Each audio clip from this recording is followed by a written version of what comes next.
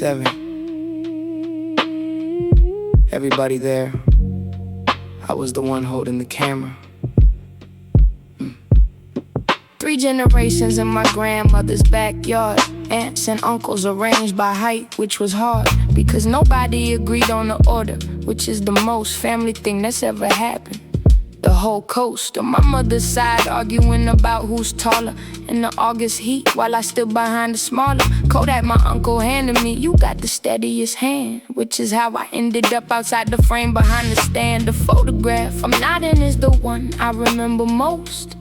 Every face I love arranged against the post of my grandmother's porch, 3 generations deep, and me behind the camera, which I've had to make my peace with, which took longer than it should have, honestly. Found it in the box last winter, clearing out the house. My grandmother gone 2 years, the whole thing quiet as a mouse.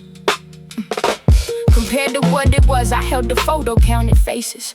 All the ones still here, all the ones time erases gradually, which is the mercy of it, one at a time. Rather than all at once, I counted, did the math, the rhyme of loss and time across one photograph. More gone now than still here, that's where we're at. But I remember that afternoon, remember the arguing about the height order. Remember my aunt carrying the baby who's now 32 with kids of his own. Remember my grandmother laughing at all of it, the tone of that backyard, the specific quality of that light. I held the camera, I have it all, I'm just not in the sight line of the evidence, but I was there, I know I was there.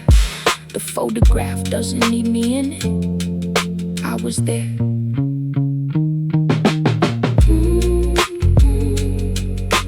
I've thought about it differently lately, to being behind the lens. Maybe that's his own place, his own kind of presence, the one who holds the moment still. For everyone else, the one outside the frame who will carry the image forward, who remembers the arguing about the height, who remembers everything that the photograph can't hold, the heat, the sound, the way my grandmother laughed. I carried that I was around.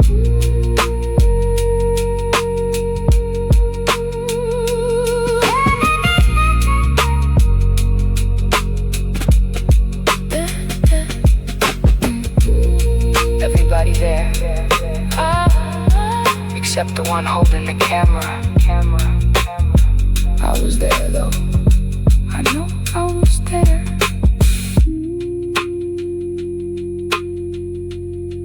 I carry what the photo can. There's something that's enough.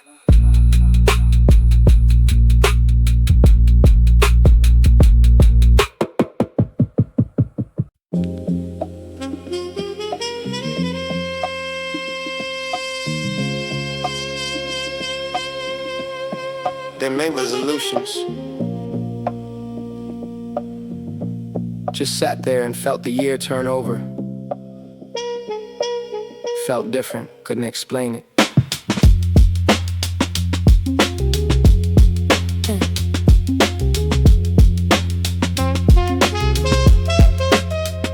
The year had taken 3 things I didn't know I could lose and still be standing, still be able to choose to get up in the morning and put on something close to myself. The job, the relationship, my father's health, not all at once, which would have been a different story. One at a time across 12 months, the inventory of a year that just kept reaching in and taking, until December felt like standing in the shaking aftermath of something still standing, which was the whole surprise that I was still there, still taking the toll of 12 months, still upright, still able to make coffee, still able to sit at the window, still something softer maybe than January prior, more permeable, more honest about what I couldn't hold, less referable to the version of myself that thought he knew the borders of what he could endure. That man had different orders. The morning after the worst year felt like the first morning of something which I wasn't expecting, which had no warning. In any book, in any conversation anyone had given me, that the other side of the worst year is a kind of being, yeah, more alive than before it, which doesn't make the year okay, but makes the morning after it. Something makes the day that follows the last bad day of the worst year the first real breath in 12 months that's here. I made a list, not of resolutions, but of what I still had, which took longer than I expected, which wasn't all bad. My kids, which should have been first, but grief obscures the obvious, sometimes offers no relief of perspective. When you're in it, just the fall. I wrote their names down first, then the morning, then the dog, then the coffee, then the window, then the fact that I was writing, which meant I was intact. Enough to hold a pen, which is enough when the year has been the particular kind of rough that hollows before it builds. I was hollow and building simultaneously, which is the most alive feeling I've ever had, the most human, the most true. The worst year made me someone that I'm closer to than any easy year before it ever did. There's not a thing I choose, but it's what happened, I kept it. I called my father first thing, which I've been doing less during the year, which was its own kind of mess. I've been so inside the losing that I pulled back from the keeping. He picked up on the first string, said, "You sound different." I said, "I think I am different." He said, "Good different." I sat with that a second, looked at the window, the coffee, the list, said, "Yeah, good different." And I meant it.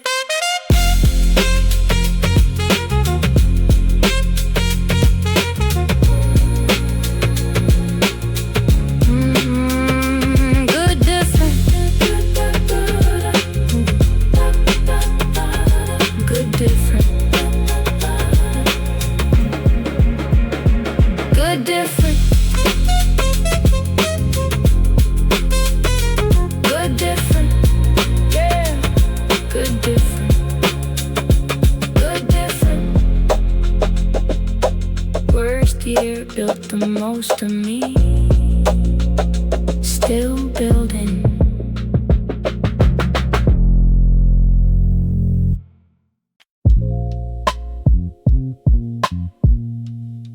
Church was done by noon. He'd take me straight there after same lap, every Sunday for 2 months. Oh, Buick automatic, which he said was cheating, but taught me on any way the steering wheel too big for how confident I felt. Every Sunday, same lot, same lesson, same belt of nerves across my chest when he said your wheel, and moved his hands to his lap, made the thing real. By removal, suddenly just me and 2 tons of car in the parking lot, and my father watching from not that far. The summer my father taught me to drive in an empty lot was the summer. He taught me more than the car, a lot more than mirrors and signals, and where to put my hands. Taught me that trust is a man moving his hands to his lap and letting you figure out the rest. I hit 1 cone, which he set up deliberately. Said that's what cones are for, said it immediately, without making me feel the hit for longer than it lasted. Just reset the cone, said again, nothing protracted about the correction, nothing that lingered past useful. That's what I've tried to carry, that specific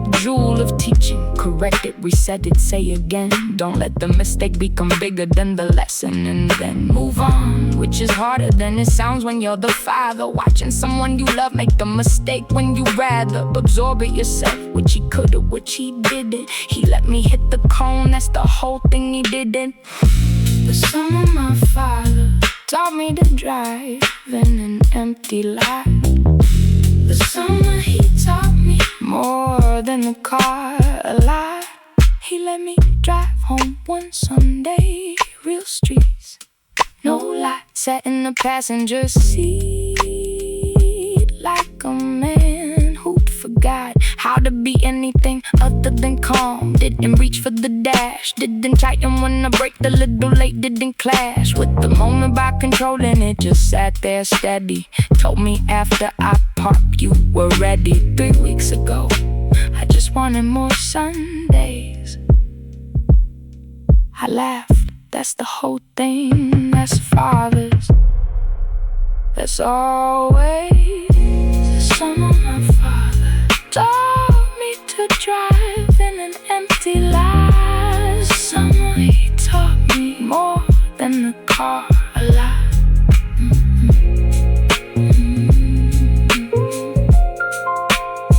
Moved his hands to his lap. Let me have the wheel. Wanted more Sundays. Me too, pop, me too.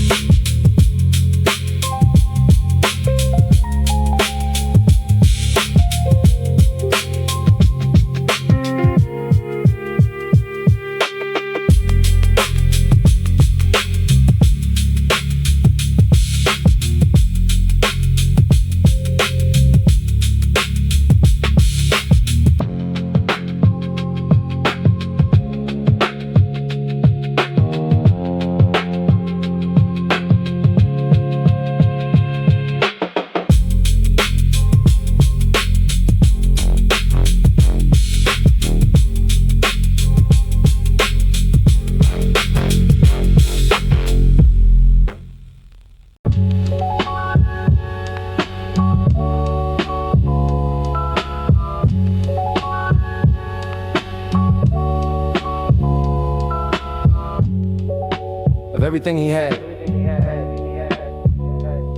he left me the one thing I didn't know what to do with. He left me his temper, which nobody puts in a will, but passes anyway.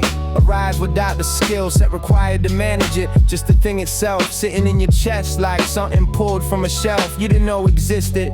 First time I heard him in my voice was when my son was 8, which left me without a choice but to sit down on the kitchen floor and reckon with what I received without knowing what had beckoned across a generation into my chest, my jaw. My particular way of going cold before I draw the words to do the damage is exactly his tempo. As the door goes quiet before the room gets the info that something's wrong. I knew that silence from a child. I become the silence, which almost drove me wild with the irony of it, with the inheritance of the thing I spent my whole life trying to avoid receiving. The thing I inherited I didn't want was the hardest thing to face, the hardest confrontation with the man I came from and the man I become. Some inheritance is skipped a generation and then come back double, clarify, demanding to be seen.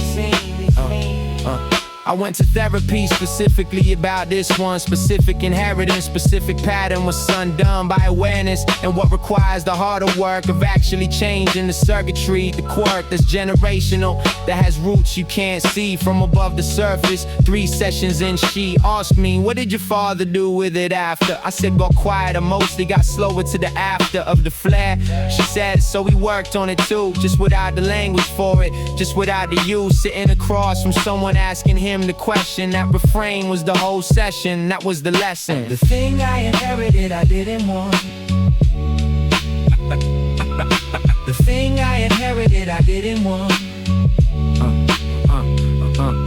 I'm better than I was, which is all I'm gonna claim. Not cured, not finished, not a different man's name. Just someone who sees it coming now, sees the jaw setting, sees the cold who come in and interrupts it. Lets the getting quiet be a choice instead of a reflex. That's the work interrupting the reflex. That's the whole text of what I'm doing with the thing he left me without meaning to, breaking it down so my son gets less of it. That's what I'm here to do. The thing I inherited I didn't want. That's the word, yes, that's the whole word. The thing I inherited I didn't want. That's the word, yes, that's the whole word.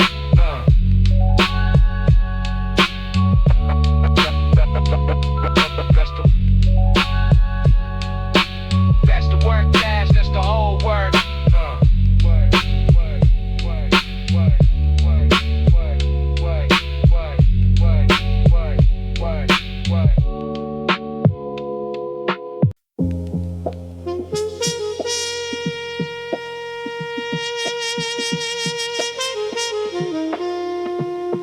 I've been recognize, almost didn't pick up, almost.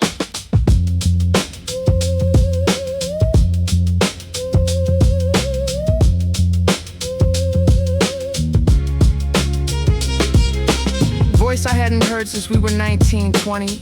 Said his name like he wasn't sure I wanted, like there were plenty of reasons I might hang up, which there were.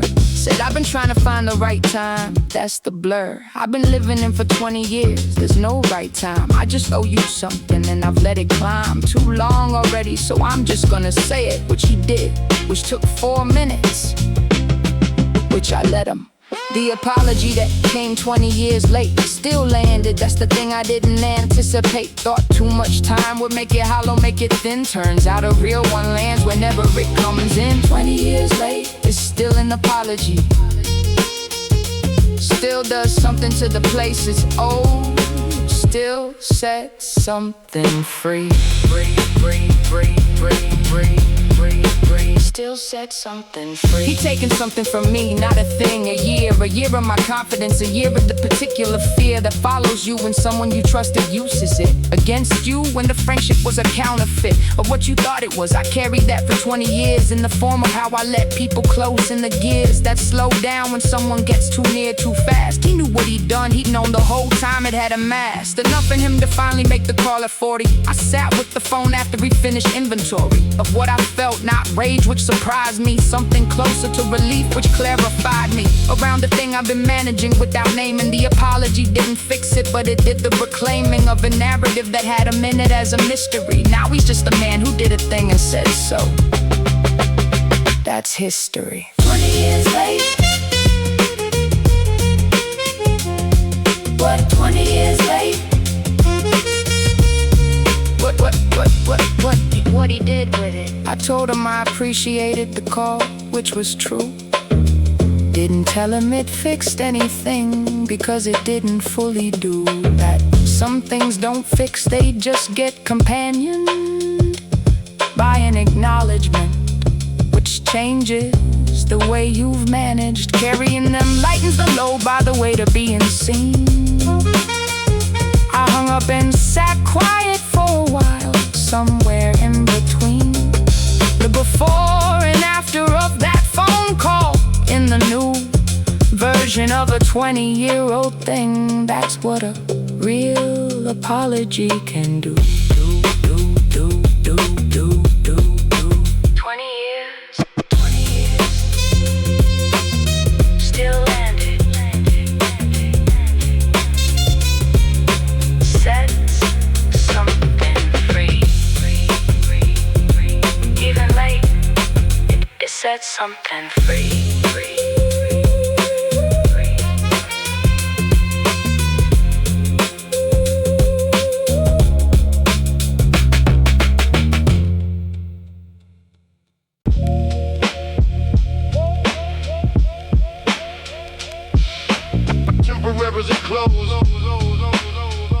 Signed in March, never reopened.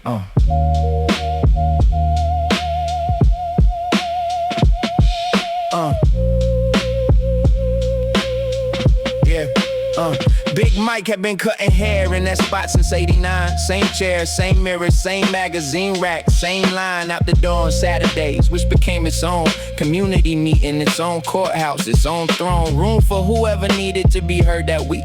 The chair was the equalizer, CEO and bodega clerk, cheek to cheek in the waiting seats. Nobody more important than their turn, which Big Mike enforced, which was the torrent of his particular democracy. You wait like everyone, you get the same attention. Every single one of his clans got the full mic, the full conversation, the full opinion, the full examination of your hairline and your life choices equally.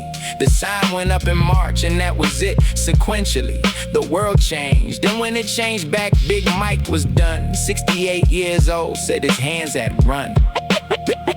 That course, which was true and also wasn't the whole truth. The pandemic took something from the ritual. The booth of the barbershop requires a closeness that the fear of those months made complicated, made unclear. Even for a man who been doing it 30 years. He closed the shop, we understood, but the disappears of it left a specific shape in the neighborhood. The kind of shape that only 30 years of something good can leave when it's gone. Not empty exactly, more like the air remembers, more like precisely. The corner knows what used to happen inside it. Some closings take the whole block with them when they've decided. Yeah. The barbershop, they closed during the pandemic. Took 30 years of Saturday mornings with this systematic dismantling of something that held us without us knowing how much we needed the holding until it stopped showing up on the corner. Same chair, same mic, same line. Yeah. Everything changed, that chair was a lifeline. I drove past last month, it's a smoothie place now, which I have nothing against, which is just somehow the particular sadness of a corner redefined by something that doesn't know what it replaced or resigned. Feeling of watching the neighborhood lose its memory, one storefront at a time. The inventory of what held us becoming unrecognizable to the people who needed the holding, which is visible only to the ones who had it. The new people coming in, see a smoothie place, which is fine, which is its own kin of something to somebody, which will matter to someone's kid. The way the barbershop mattered to us, the way it did. It's quiet, necessary work for 30 years without being called essential, until it was gone without anyone putting the word on it that it deserved. Community sanctuary, the place where we were heard. Ran into Big Mike at the grocery store last fall. He looked good, looked rested, didn't look small. Without the shop the way I feared he might. Just a man in the grocery store, winter coat, getting it right, one item at a time. I said I missed the chair. He laughed, said the chair misses you, it's somewhere in my garage. Can't bring myself to sell it yet. I told him some things take their time. He said not yet.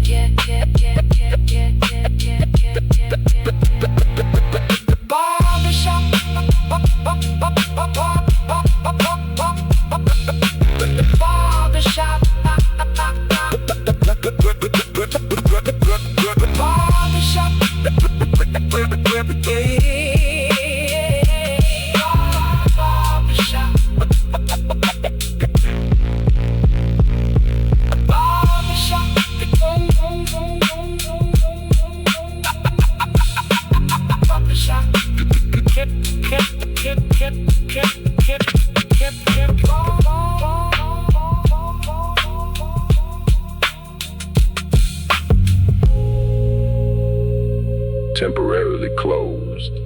Signed in March, never reopened. Yeah, Big Mike had been cutting hair in that spot since '89. Same chair, same mirror, same magazine rack, same line.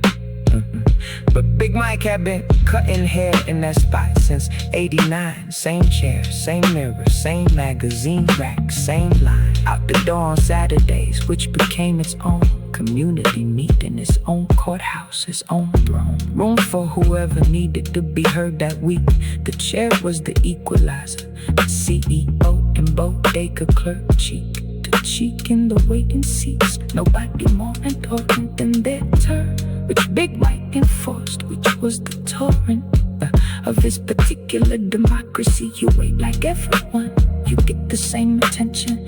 Every single one of his clients got the full mic, the full conversation, the full opinion, the full examination of your hairline and your life choices equally. The sign went up in March and that was it. Sequentially, the world changed, and when it changed back, Big Mike was done 68 years old.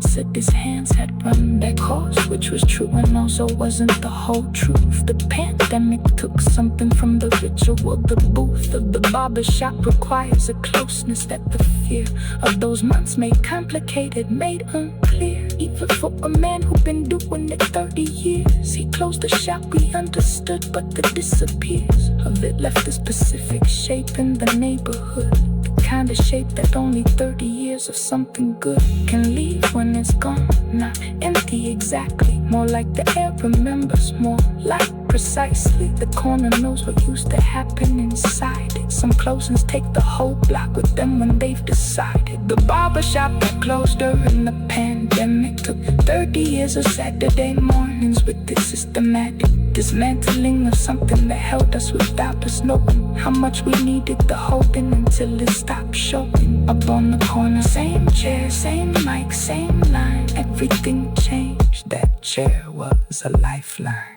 I drove past last month, it's a smoothie place now, which I have nothing against, which is just somehow the particular sadness of a corner redefined by something that doesn't know, but it replaced the resigned feeling of watching the neighborhood lose its memory. One storefront at a time, the inventory of what held us becoming unrecognizable to the people who needed the holding, which is visible only to the ones who had it. The new people coming in see a smoothie place, which is fine, which is its own kin of something to somebody, which will matter to someone's kid. The way the barbershop mattered to us, the way it did. It's quiet, necessary work for 30 years without being the 30 years old. Said his hands had run, can leave one that's gone, not empty exactly, more like the air remembers, more like precisely the corner knows what used to happen inside it. Some closings take the whole block with them when they've decided. Yeah. Set up 12 chairs. 4 people showed up, including his wife. Mr. Jenkins made the flyers himself, laminated them, taped them to every pole and mailbox, managed them like a campaign, like something with stakes, which to him it did. He been on that block 40 years, raised his kid in that house, buried his wife from that porch, watched everything change around him. Felt the block loosening its grip on itself, on its own identity. Thought a meeting might remind people they were a community. The neighborhood watch meeting nobody came to. Still happened, 4 people in folding chairs and something true about trying anyway, about setting up the chairs even when you don't know who's coming. That's a kind of faith. And then he didn't seem crushed, which surprised me honestly. Just poured coffee for 4, talked about the block specifically. Who needed a hand parents was getting dangerous, whose kids were out past something that was making us nervous. Just neighbors talking, which maybe was the meeting. The 12 chairs were always gonna have completing something that didn't need a crowd to be real. 4 people and coffee and something that was still. I think about Mr. Jenkins setting up those chairs alone before anyone arrived, before he knew if anyone would come home to that meeting. Just faith and folding chairs and flyers. That's the whole city, actually. That's what holds it. That's the wires.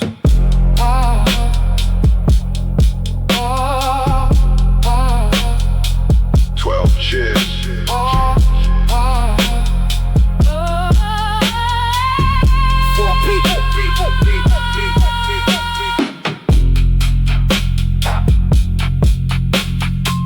Mr. Jenkins made the flyers himself, laminated them.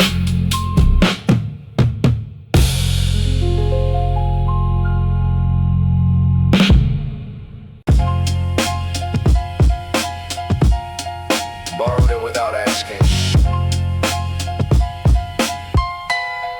Figured he'd understand, he did.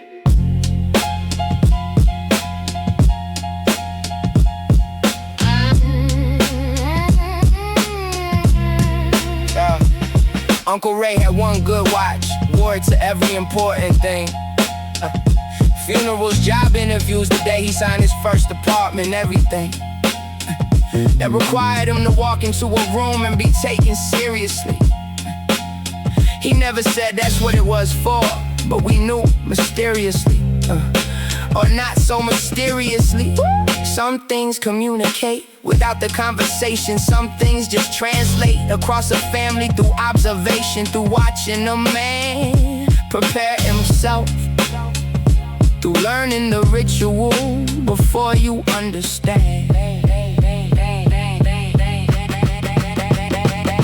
The job interview, I wore my uncle's watch to. Felt them on my wrist the whole time. Felt the value of everything he walked into, wearing it before me. Walked in different that morning. Walked in like somebody.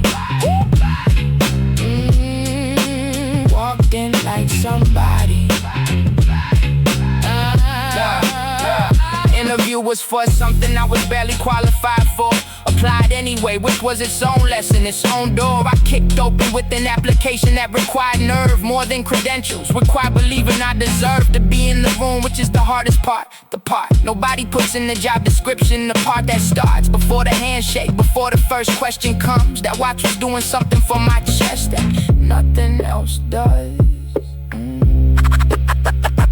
Got the job, told Uncle Ray that night. Told him about the watch. He laughed, said, I knew you were gonna take it. I could watch you eyeing it all morning. He'd known the whole time. Said, keep it for your next one.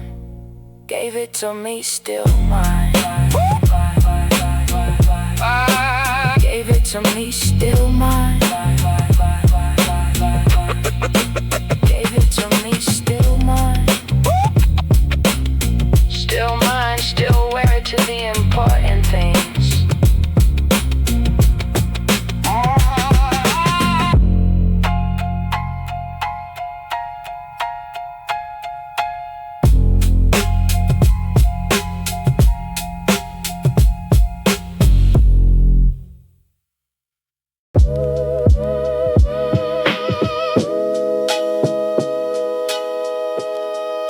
Found one of them at a party. 1971, young people I almost didn't recognize.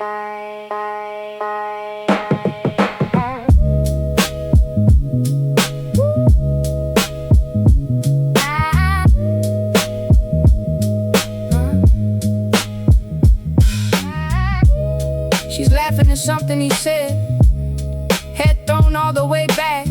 He's looking at her like she invented laughter. Like he's about to crack into something he's been holding. Like a laugh is the key. They're 23 and 25 and nobody's parents yet. Nobody's obligation, nobody's history. Just two people at a party somewhere in Brooklyn before the cathedral of a family got built around them. Before the weight of all of us arrived and changed the face they both would make. The photograph of my parents before I was born shows me people I never got to meet before the war. And edges of parenting shaped the faces that I knew. They were just themselves once. Young, unscheduled. My mother laughs like that's still sometimes rare when she forgets to be anyone's mother for a moment. No regrets, just the laugh itself arriving loud and full and uncontrolled. I catch it sometimes and see 1971 unfold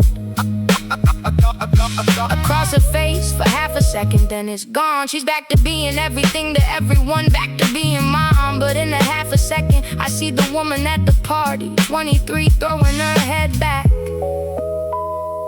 free and hearty. Showed her the photo last Thanksgiving. She went quiet, said, "Where did you find this?"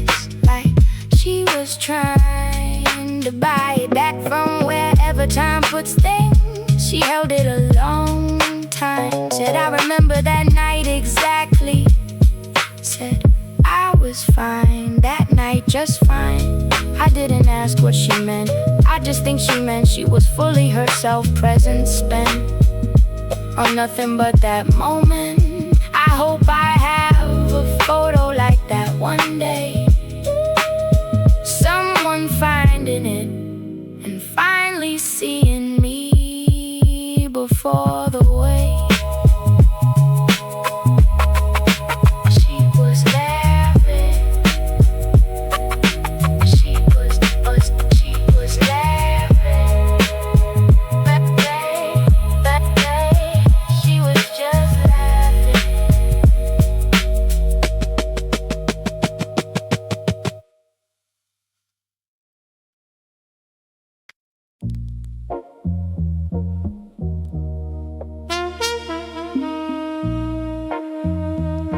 Not a fight worse than a fight.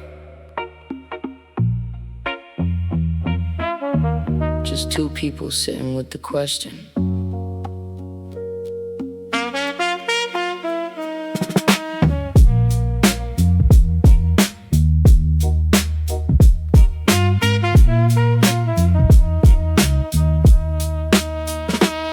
We didn't yell, that's the thing. Didn't throw anything, didn't say the permanent words, didn't do the leaving. Just sat at the kitchen table with the question between us, like an object we both placed there. Both could see no genius required to name it. We drifted slowly, quietly, the way some things erode, the way the sea takes a shoreline gradually, so you don't notice until the land you thought was permanent is suddenly less still.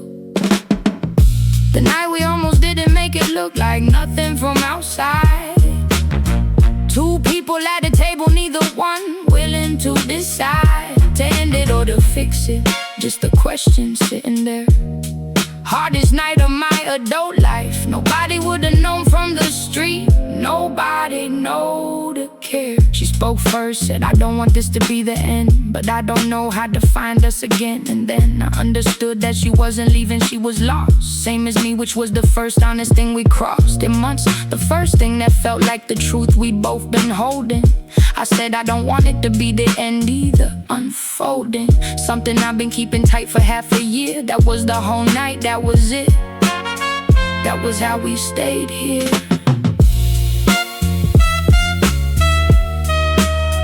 That was how we stayed here.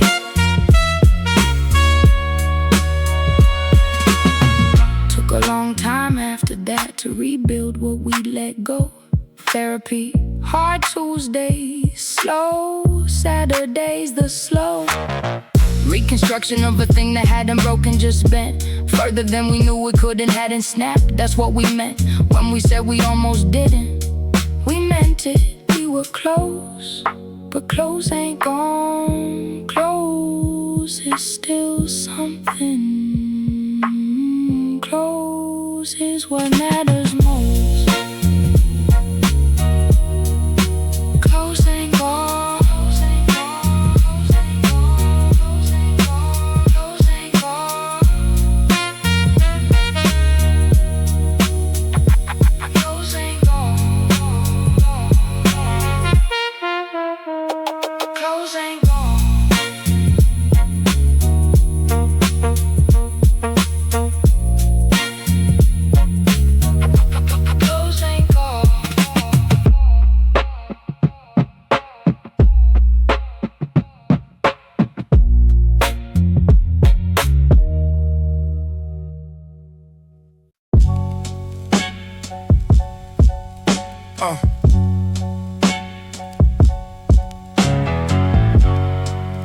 36 years old, unemployed, $400 in the bank,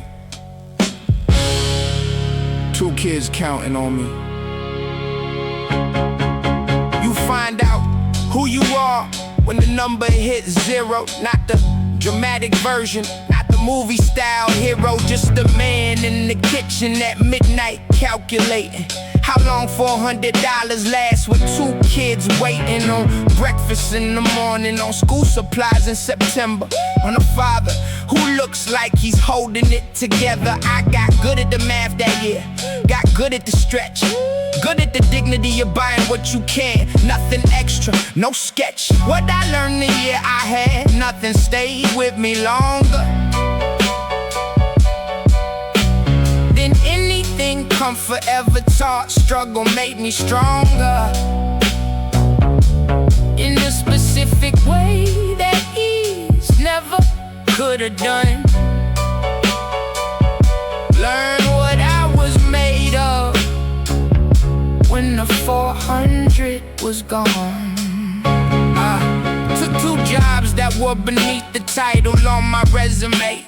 Didn't tell too many people, just showed up every day. Stacked it back slowly, month by month. Kept the lights on, kept the kids from feeling the floor shifting under. Kept moving on, but something changed in me that year. Something fundamental. The fear of losing it all became less monumental than it used to be. I've been to 0, I came back. Turns out 0 isn't the end, that's what I lack. I spend differently now, save differently, hold things differently. Not out of fear, but out of memory. Specifically, the feeling of $400 and 2 kids and a kitchen light. That feeling keeps me grateful every ordinary night.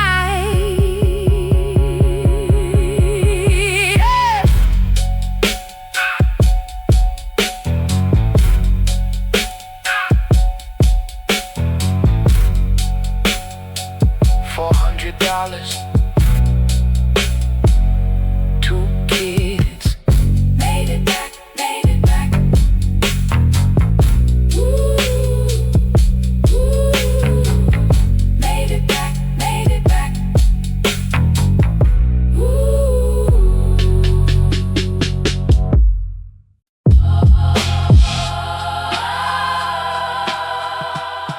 We were from the wrong school in the wrong zip code, and we won the whole regional.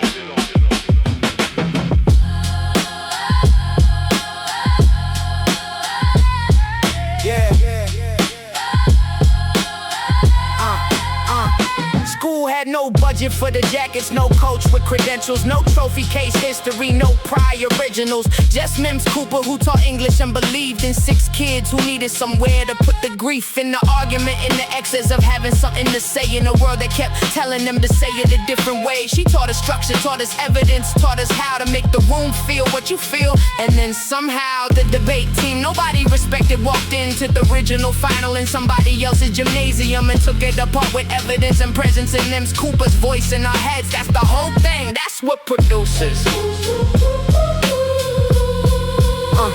Other team had the jackets, the history, the coach with the win record, the school with the better approach to everything according to the seating, according to the bracket. We had 6 kids in Mims Cooper and nobody could hack it. When we started speaking, room got quiet, different than it had for any other team. Something different in the air, which was just preparation, just belief. 6 kids from the wrong zip code, no jackets, no grief. What it meant, what it meant, what it meant, what it meant, what it meant. Miss Cooper cried after, quiet by the water fountain. Said I knew it like she'd been climbing a mountain for years, and finally I didn't fully get it then. What it meant to her to be right about us. What it meant. What it meant. What it meant. What it meant. What it meant. What it meant. Whoa. Miss Cooper knew. Miss Cooper Saw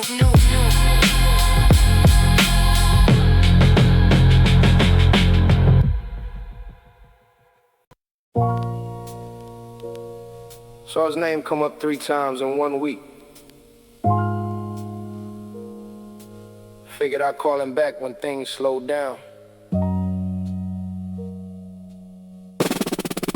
They never slowed down.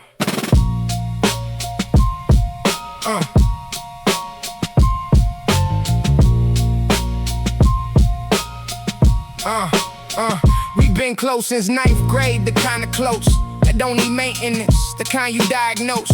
It's permanent, it's always gonna be there when you reach. Took it for granted the way you take for granted a beach. Town you grew up near, figure it'll wait for you. Figure some things are just there, permanently true. He called 3 times in October. I was buried in the deadline, in the season, in a hurry. The friend I should've called back in October didn't find out till December when someone told me it was over. For him, he was gone. November, quick, no warning given.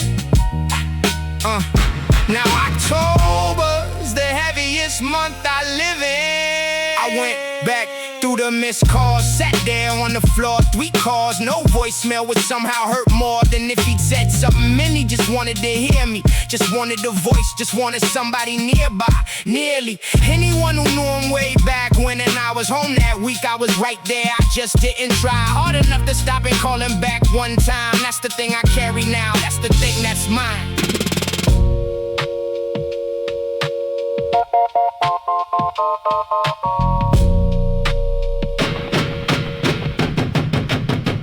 I don't tell this story for sympathy, I tell it because somebody reading this has a name on their phone right now. And because of deadlines, because of seasons, they're letting it sit there. Call him right now, tonight I'm serious.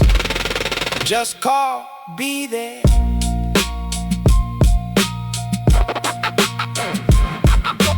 Call him back, call him tonight, call him tonight, call him tonight.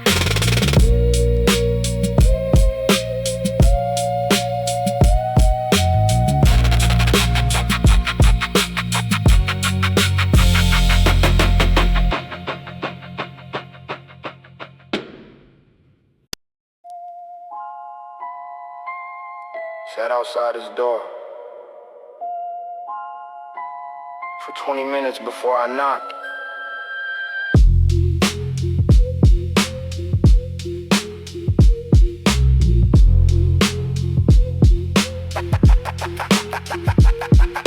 He's 16, which means he's certain this is permanent. This particular ending, this specific hurt imminent and endless. The way 16 makes everything feel like the first time is the biggest time. And honestly, that's real. I remember mine, I remember the floor of that feeling. The way the ceiling in your bedroom becomes the only ceiling. Worth staring at, the way music becomes a different animal when it's soundtracking something actual. My son's first heartbreak sitting outside his door, trying to remember what I needed at 16, what it was for. The knock, the conversation, the space, the silence.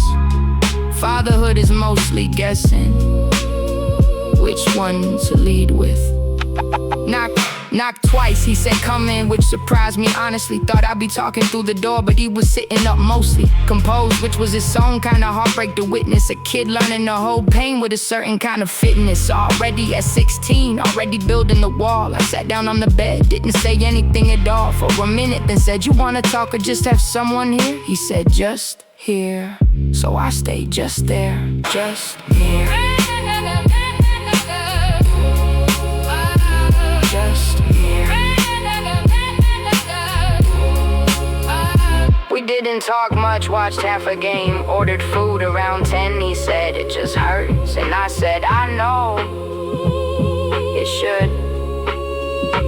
Heard exactly this much, it means it was real. He nodded like he was filing that away for later. You feel things getting stored sometimes. In a kid, you can see it. He'll remember the night, I'll remember that he let me be in it.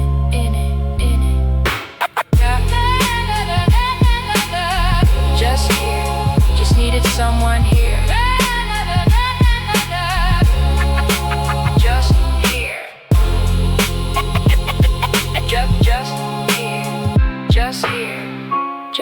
needed someone here.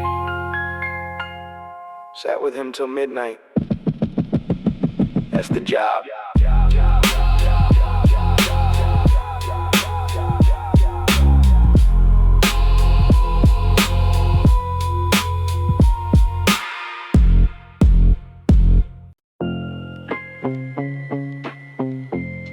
Same parking garage every Thursday. For 6 months. Knew every level by February. She'd be ready before I pulled up, coat on, backpack. Like she was going somewhere she chose and like she had control over the destination, which I understood. That's how she moved through things, dressed for it, stood tall into every room she didn't want to be in. Every Thursday the same ritual, the same beginning of a day. Neither of us named for what it was, just I'll be there at 8, just because. Driving my mother to chemo, parking level 4. Same spot most Thursdays, knew which elevator, which floor, which nurse called her sweetheart, which chair she preferred by the window. Some of the hardest mornings I've known in this life were also some of the closest, which I didn't expect to drive home, especially something about having survived. Another Thursday made her talkative, made her reach back into her life and pull out stories, teach me things about herself I never would have known. Who she was before she was my mother, before she was grown into the woman I took for granted, knowing she gave me 6 months of Thursday stories without knowing. She's clear now, 2 years out, which is everything. But I think about those Thursdays, what they bring up in me still. The parking garage, the level 4.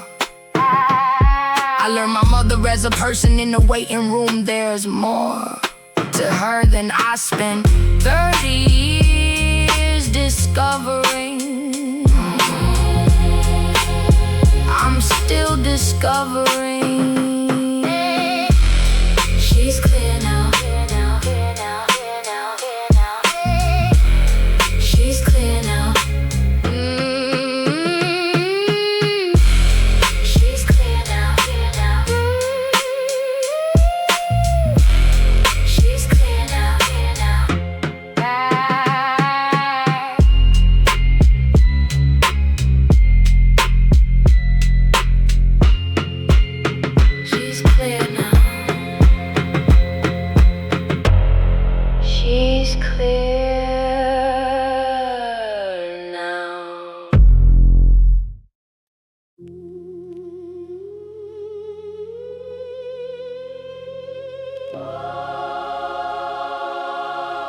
She's had the same greeting since 2009.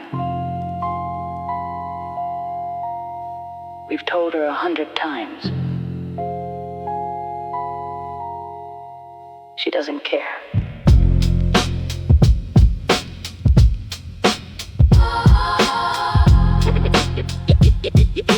You have reached Patricia.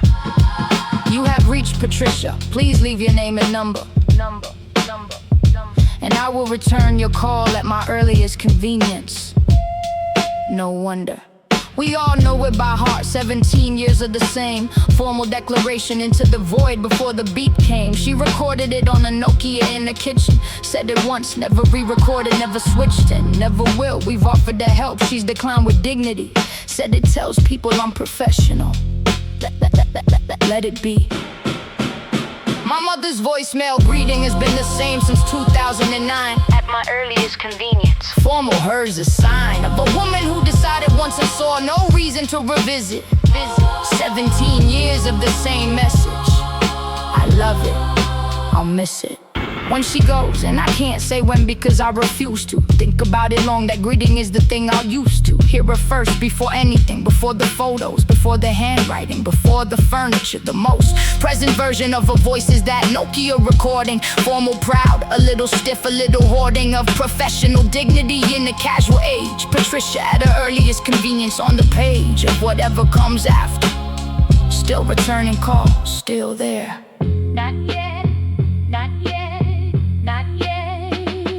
I call sometimes just to hear it. Hang up before the beep, just you have reached Patricia. That's enough, I keep the rest of the call for when she picks up, which she does. But some days I just need the greeting, just because. You have reached Patricia. At my earliest convenience. You have reached Patricia. At my earliest convenience. Same since 2009. Don't change it, Ma.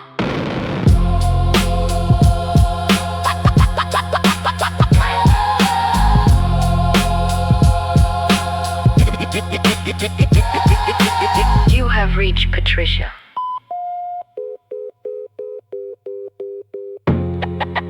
At my earliest convenience. Same since 2009. Don't change it, Ma.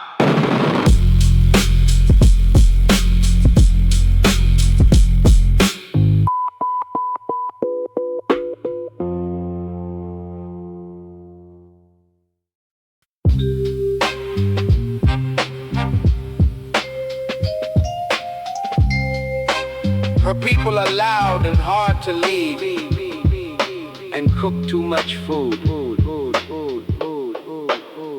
That's the whole inheritance.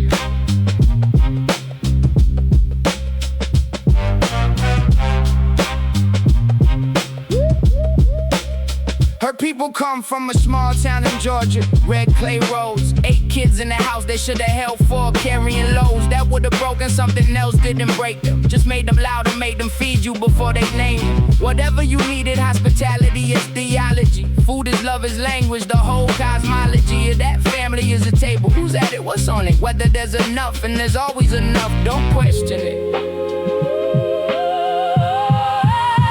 What I carry from my mother's side is the instinct to feed people, to make the table bigger when it should be smaller. Cathedral, thinking about gathering, about nobody left outside. That's the Georgia red clay. That's my mother's side. I catch it in myself at dinner parties, counting chairs, making sure everybody's plate is full before I'm aware I'm doing it. My wife calls it the grandmother coming through, so she can see the red clay in everything I do. When I cook, when I insist, when I can't let people leave without something wrapped in foil. Can't let anybody grieve on an empty stomach. Can't let anyone sit alone in the room I'm in. That's genetic, that's the bone. My kids are doing it now, which I didn't teach directly. Just watched it move from my grandmother to my mother to me, and then into them through some channel I can't explain. Red clay roads in Georgia, still running through our veins.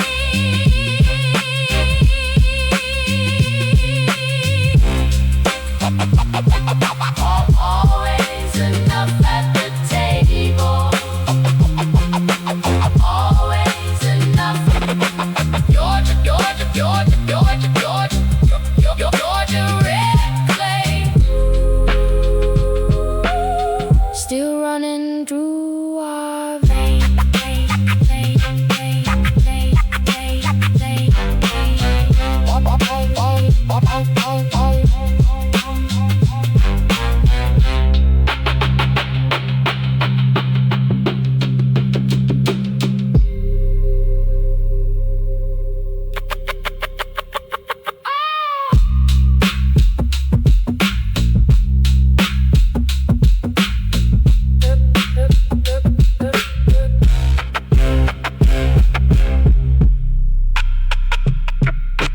Her people are loud and hard to leave, and cook too much food. That's the whole inheritance. Her people come from her people. Her people come from a small town in Georgia. Her people come from a small town in Georgia. Red clay roads, 8 kids in a house that should have held 4 carrying loads. That would have broken something else, didn't break them, yeah. just made them louder. Made them feed you before they named them. Whatever you needed, hospitality is theology. Food is love is language, the whole cosmology of that family is a table. Who's at it, what's on it? Whether there's enough, and there's always enough, don't question it. What I carry from my mother's side is the instinct to feed people, to make the table bigger when it should be smaller. Cathedral, thinking about gathering, about nobody left outside. That's the Georgia red clay.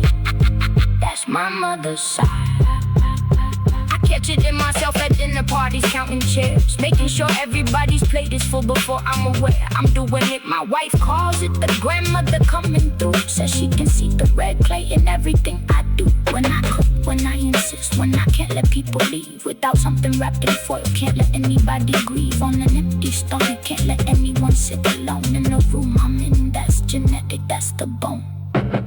My kids are doing it now, which I didn't teach directly. Just watched it move from my grandmother to my mother to me, and then into them through some channel I can't explain. Red clay roads in Georgia, still running through our veins. My kids are doing it now, which I didn't teach directly. Just watched them move from my grandmother to my mother to me, and then into them through some channel I can't explain. Red clay roads in Georgia, still running through our veins. Always enough at the table. Always enough. Always enough. Her people are loud and hard to lead and cook too much food. That's the whole inheritance. Her people come from a small town in Georgia, red clay roads. 8 kids in the house that should've held fall, carrying loads that would've broken something else. Didn't break them, just made them louder, made them feed you before they named them. Whatever you needed, hospitality is theology. Food is love is language, the whole cosmology of that family is a table. Who's at it, what's on it? Whether there's enough, and there's always enough, don't question it. What I carry from my mother's side is the instinct to feed people, to make the table bigger when it should be smaller. Cathedral, thinking about gathering, about nobody left outside. That's the Georgia red clay. That's my mother's side. I catch it in myself at dinner parties, counting chairs, making sure everybody's plate is full before I'm aware I'm doing it. My wife calls it the grandmother coming through. Says she can see the red clay in everything I do. When I cook, when I insist, when I can't let people leave without something wrapped in foil. Can't let anybody grieve on an empty stomach. Can't let anyone sit alone in the room I'm in. That's genetic, that's the bone. Boom, boom, boom, boom. My kids are doing it now, which I didn't teach directly. Just watched it move from my grandmother to my mother to me, and then into them through some channel I can't explain. That's the Georgia red clay. That's my mother's side. I catch it in myself at dinner parties, counting chairs, making sure everybody's plate is full before I'm aware I'm doing it. My wife calls it the grandmother coming through. Says she can see the red clay in everything I do. When I cook, when I insist, when I can't let people leave without something wrapped in foil. Can't let anybody grieve on an empty stomach. Can't let anyone sit alone in the room I'm in. That's genetic, that's the bone. My kids are doing it now, which I didn't teach directly. Just watched it move from my grandmother to my mother to me, and then into them through some channel I can't explain.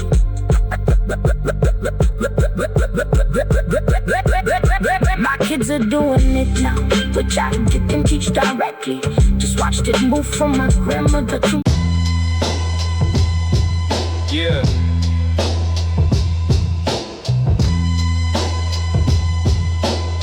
Said something wrong with total confidence.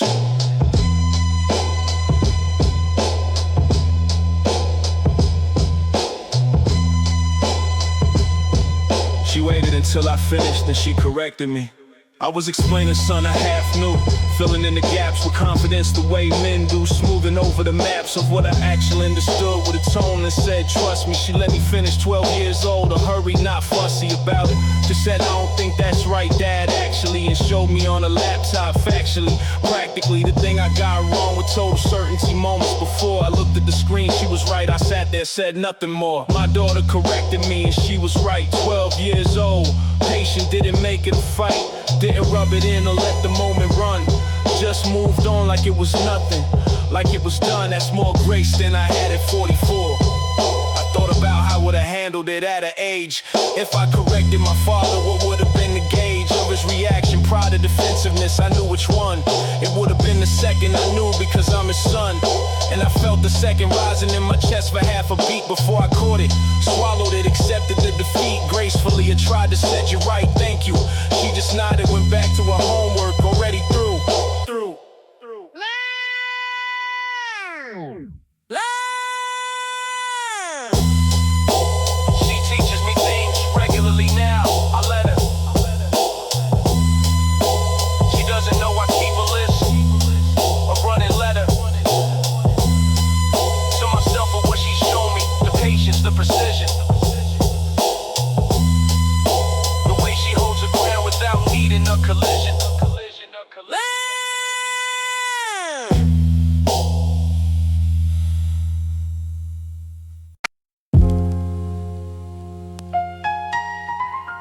"41 years old, sleeping on an air mattress. In the studio felt 18 and 70 at the same time.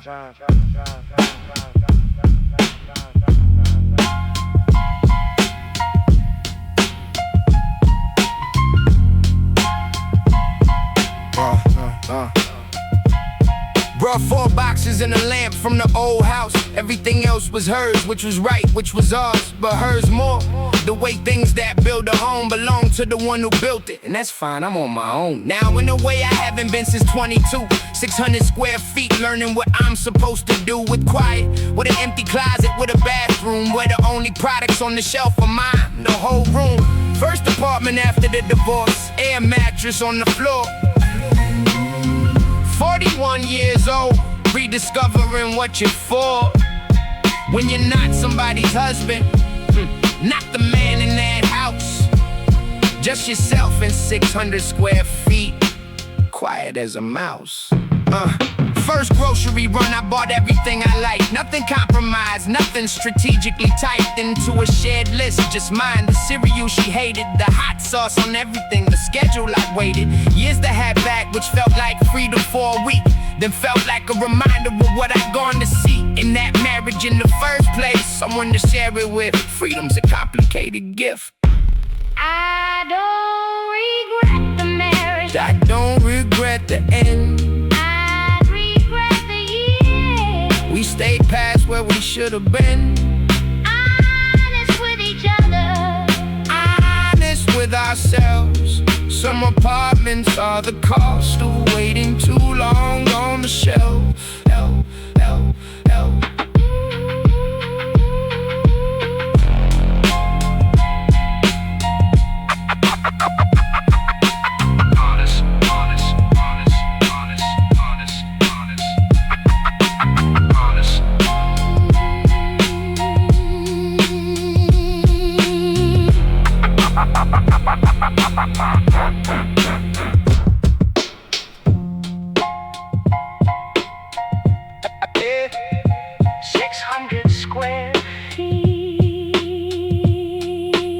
Starting over at 41 is something.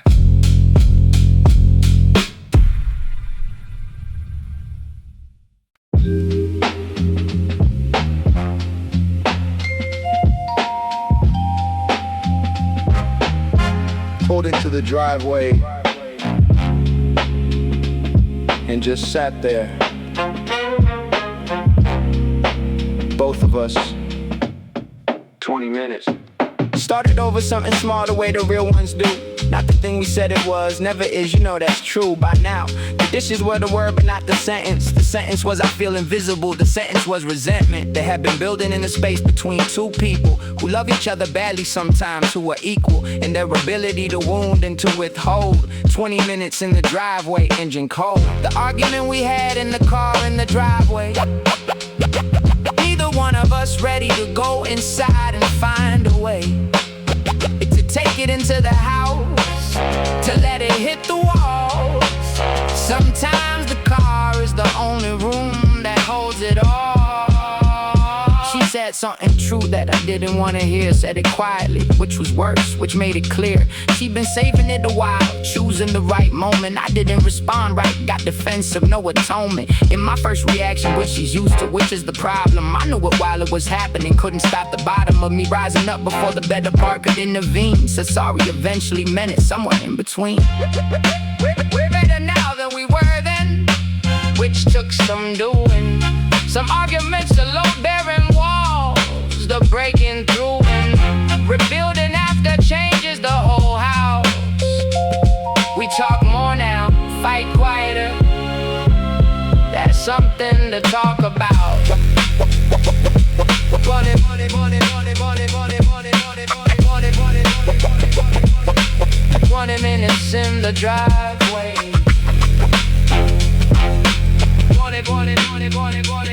Said sorry, minute. That time I minute.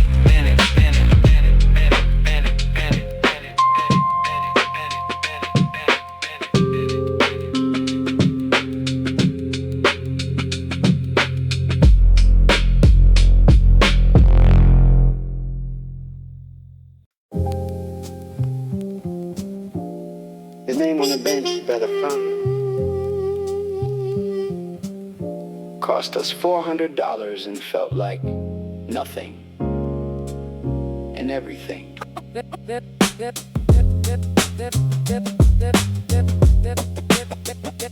Busy.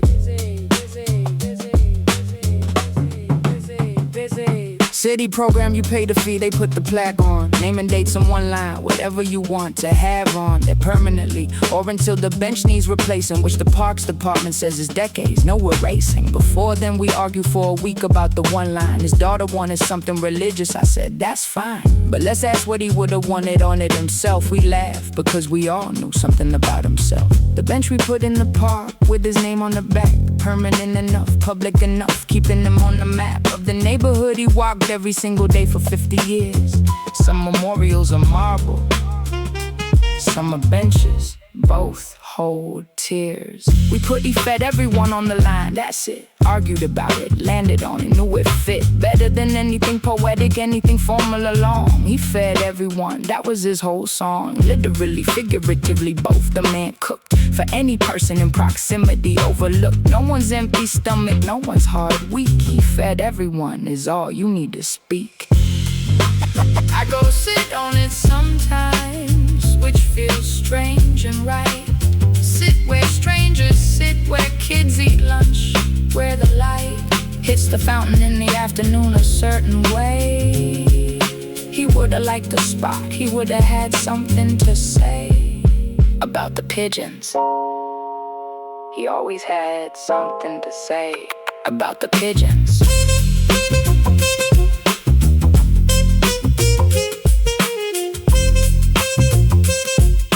He fed everyone, that's the whole line. That's the whole line.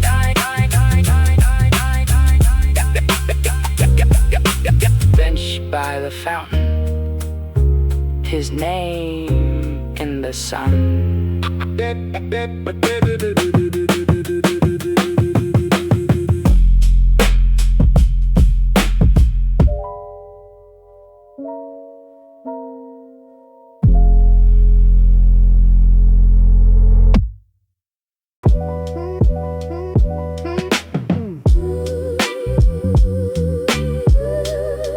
Transformer blue August 14th.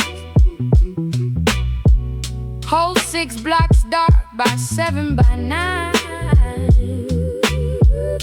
Somebody had a grill going. Yeah. Nobody organized it, nobody sent the flyer. One man dragged his grill out before it could get dire. in this freezer, figure feed the block a waste of meat. Started with just him and his wife out in the heat of a summer blackout. City dark and close and humid. And the neighbor from 4B who we never even knew did anything social. Came down with a case of something cold, and that was it. That was the whole story told. The block party nobody planned was the best one we had. Just a blackout in the grill and people who were glad to be outside instead of alone in the dark apartment. Turns out community don't need a permit or a department. By 10 o'clock, there were 40 people in the street. Somebody's portable speaker, somebody's old playlist. The beat of something from 94 coming out of a phone. Everybody remembering the song, nobody alone. I talked to the man from the 3rd floor I lived beneath for 6 years. Learned his name was Gerald, learned about his career before retirement. Learned about his late wife, his daughter in Atlanta. 6 years of nodding in the elevator, 6 years of passing manner.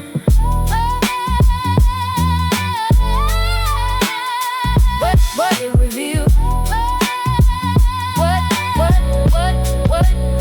Power came back at midnight. Everybody went inside, but something stayed on the block after. Something wide open between neighbors who've been strangers. Something thin got thicker overnight. Gerald waves now, I wave back, and then some mornings we talk 6 years. One blackout, that's all it took. Nobody planned it. Somebody just dragged the grill out. Gerald from the 3rd floor. 6 years to learn his name.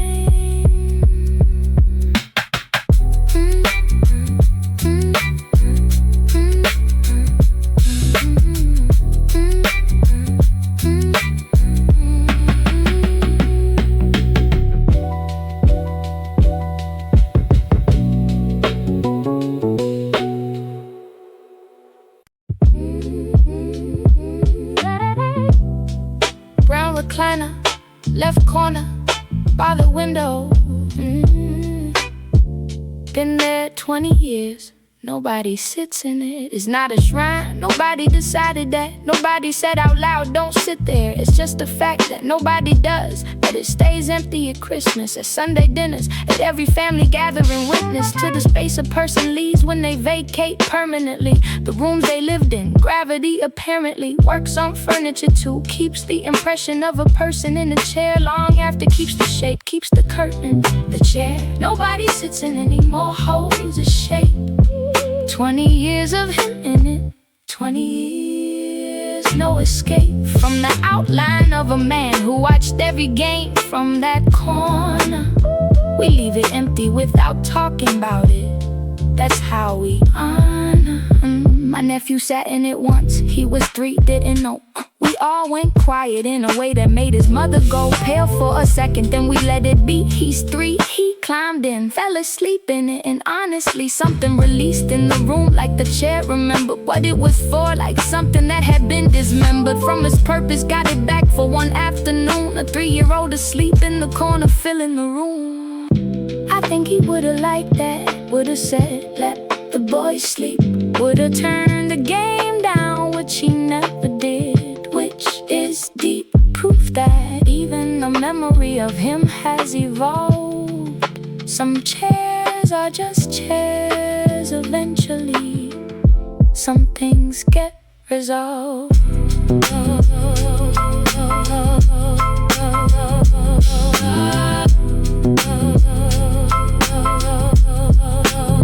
Nobody sits in it.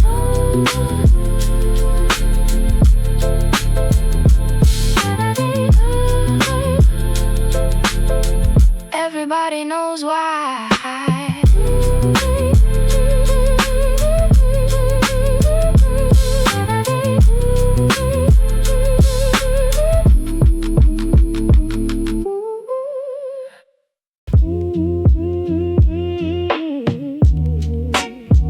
Went every Sunday for 22 years.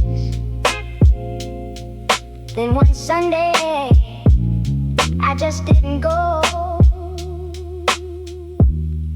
never really went back. Didn't make a decision, didn't have a falling out. No crisis of faith, at least not the dramatic kind of doubt. Just woke up one Sunday and the ritual felt hollow, like I was going through the shape of something I couldn't follow. All the way down to where the meaning used to live. The song's the same, the sermon's same, but something couldn't give me what it gave me at 9 years old in the third pew from the front. I sat with that honesty for a year before I'd confront. The church I stopped going still drives past me every Sunday. In the form of guilt I carry in a particular Monday. Morning wave wondered if I lost something I should have kept. Wonder if the faith I had was something or just the depth of habit dressed in meaning. My grandmother would have said I was running from the Lord. I think I was running towards something I couldn't afford to ignore anymore. A quiet that the church was filling up with noise. I needed to sit inside without a cup of communion, without a call and response, without the phone. Just me and whatever's out there, outside of the storm of organized religion, which gave me everything at 9, and which I outgrew,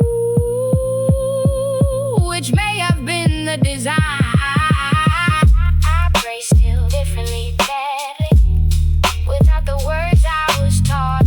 More like a conversation than a petition, more like a thought sent out into wherever, with no guarantee to dress. Some Sundays I miss the pew, some Sundays I miss it.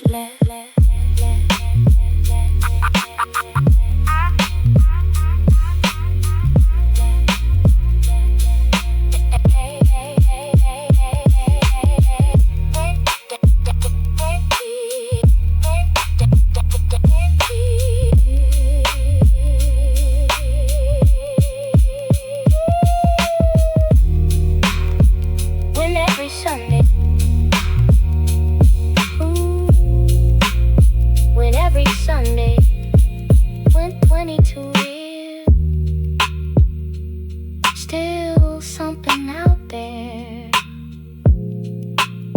still talking to it.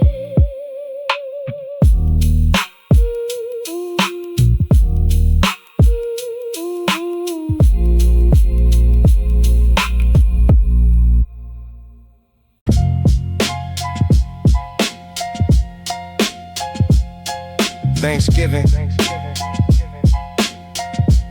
Everybody else asleep. Just me and my father on the porch. Don't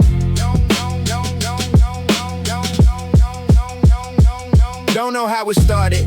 Think it was the quiet. The house finally empty and noise, the yearly riot. A family settled into sleep and we were just left out there with the cold in the dark and something bereft of occasion, which made it easier, which made it safe to say things that the daytime makes you misplace. He started talking about his own father, which he never does. Said I didn't know how to be a son to him just because. The conversation on the porch at 2 a.m. was the one we've been circling for 30 years, and then something about Thanksgiving in the dark and the cold cracked it open finally. Both of us finally old enough, or tired enough to just say the thing. He talked for an hour, I mostly listened, which was new for both of us. Me quiet, him unfolding, coming through with things he'd compressed for decades in the silence, into a jaw set tight, into a careful kind of pliancy around the subject of his father, of his own becoming. I didn't interrupt, didn't offer anything, just hum it. Quiet agreement when it seemed like he needed the room. Affirm when he finished, we just sat there in the gloom. Neither of us mentioned it at breakfast, which was right. Some conversations live on the porch, live in the night. That held and bring them into daylight, and they changed. We passed the eggs and didn't say a word. That felt like the exchange. Just the two of us, said things, then passed the eggs in the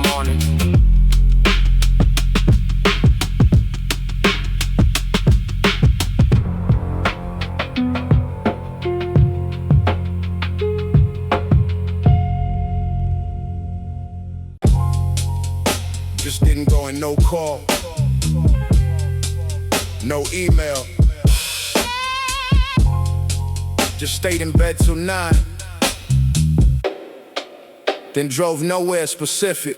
3 years without a sick day, without a personal one, without a morning where I didn't have somewhere to run. Tall by 7:30, where the schedule didn't own the first hour of my day before I fully found my own face in the mirror. 3 years of that. And then one Tuesday, I turned the alarm off and just lay there, choosing nothing for the first time in what felt like a decade. No destination, no deliverable, no trade. The day I took off and told nobody was the most honest thing I'd done in years. No permission, no offering of explanation to a calendar or a conference room. Just me and the Tuesday and enough space to breathe and soon. Drove out to the beach, it was October. Nobody there, just the water and the cold and the heavy salt air. Sat on the hood of my car and ate a sandwich alone. First meal in months, I didn't eat over a phone or a keyboard or a standing desk. With one eye on the clock, just a sandwich, just the ocean. Just a dock in the distance with one boat tied to it going nowhere. Sometimes that's the most important place, right there. Got back in the car around 4, drove home the long way. But in the next morning, like nothing, nobody asked about the day. Which is its own lesson about how much we think we're needed versus how the machine moves on. I took that and heated it.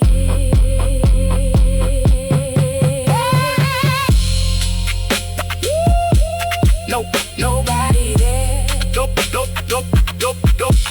Nobody there. Just a sandwich. Just the ocean. Just me.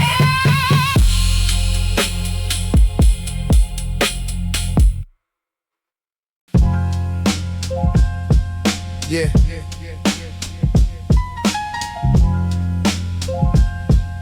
He slid it under a book before we could see it. We saw it. Pink paper on the kitchen table for half a second before Pop covered it with the newspaper, learned his lesson. Too late, I'd already read the first line standing. 11 years old, understanding without understanding what it fully meant, just knowing from his face that something was wrong with the floor beneath the place we lived in. Something was wrong with the ground. I went to my room and didn't say a word about what I found. The eviction notice we never talked about as a family, just carried it separately, quietly, each of us privately, afraid to make it real by saying it out loud. That's how some families hold things, wrapped in a cloud. But we're fine, we're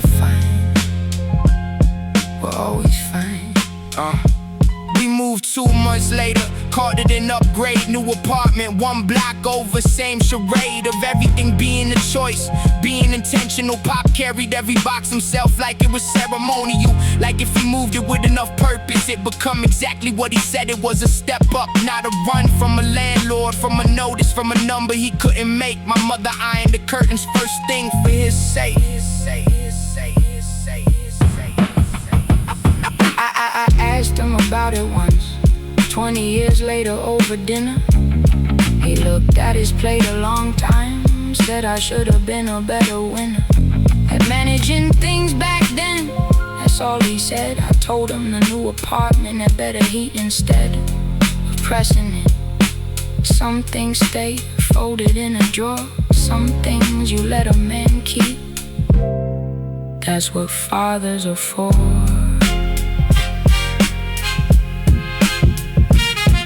We're fine. We were always fine.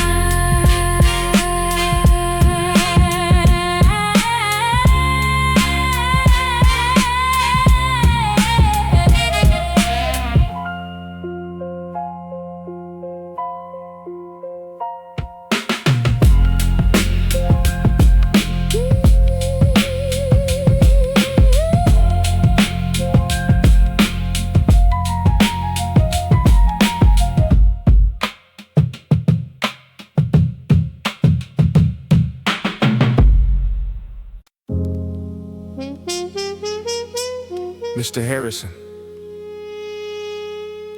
10th grade English said 5 words that followed me 30 years.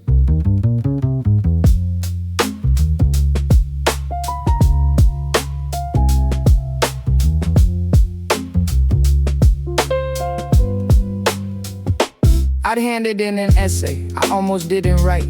Almost copied something, almost gave up on the night. Before it was due, stayed up instead. Wrote something real about my grandfather, about the garden, about the feel of 6 a.m. and a man among his rows. Mr. Harrison stopped me in the hall, which everyone knows is either bad news or nothing. He said, "You have a voice, don't waste it." 5 words, 30 years, I've never once misplaced it.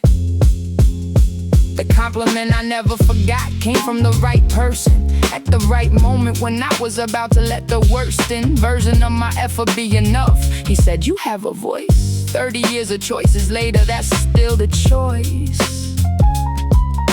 I make when I'm about to give less than I've got.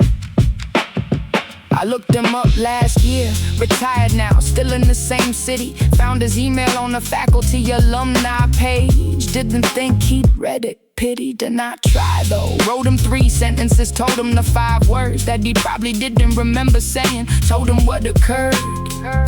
Because of them, the writing, the risk I kept taking. He wrote back in an hour, said, "I remember the essay. I'm not mistaken about who you were in that class. I'm glad you kept going. I printed it out, framed it. Some things deserve showing. I try to say the thing now when I see it in someone. The specific true thing, not the general, not the done version of encouragement, the real one, the named one. 5 words changed my life. I owe somebody the same one.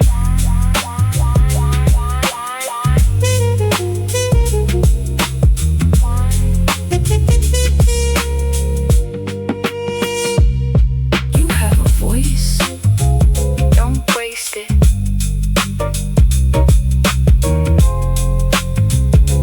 30 years, still hearing him.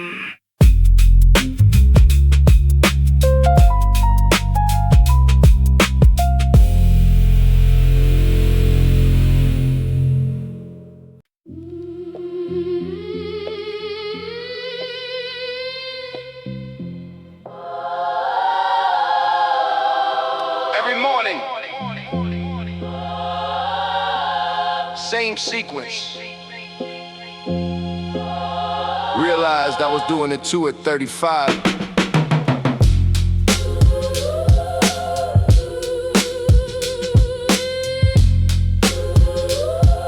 Yo, coffee first in the window, then whatever news was coming.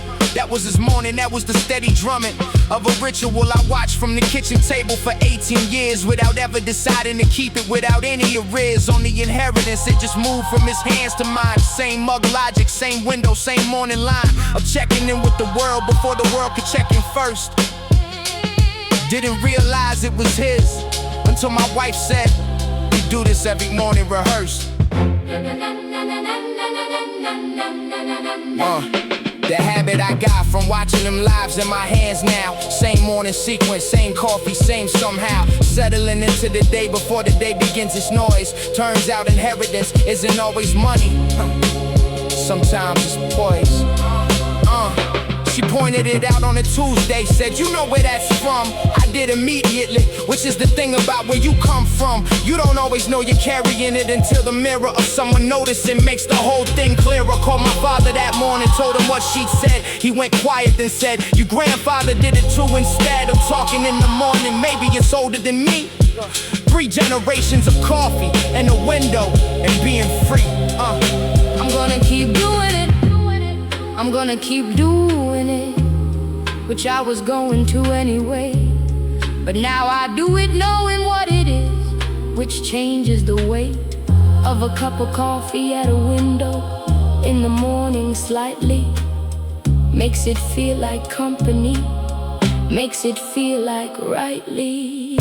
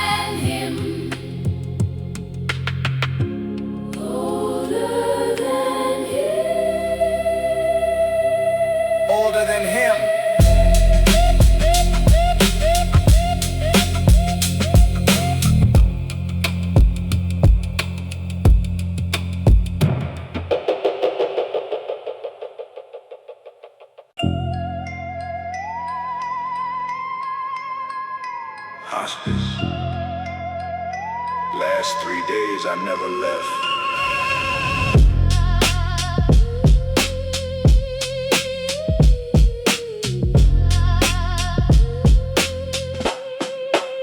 I thought I knew everything he had to give me by then. Thought the teaching was over, thought we were just at the end or something. Closing it down, holding space for the finish. But he wasn't done, even then, even diminished by whatever the disease had taken from the volume of him. Even at the end, something was still full to the brim. He didn't fight it, didn't rage, didn't beg the room. Just moved toward it with a kind of dignity I'll carry to my tomb. The last thing he taught me was how to die with your hands open. Not grabbing, not afraid, not desperate and broken. Just finished the way a man looks when he's satisfied that he did what he came to do. That's how my father died. Last coherent day he asked me how the kids were doing. Asked about the garden, asked if I was still pursuing the thing I've been working on, the thing I told him about months before. Like he was checking his list, like he needed to know for sure that the people he was leaving were in motion, were okay, were pointed in a direction he could leave without delay. I told him yes to everything, some of it more true than the rest. He nodded like he knew the difference, nodded like he passed the test. The last morning he opened his eyes once, looked at me, not through me, not past me, at me specifically. Like he was making sure I was the last thing he saw. I'd give everything I own for one more minute of that.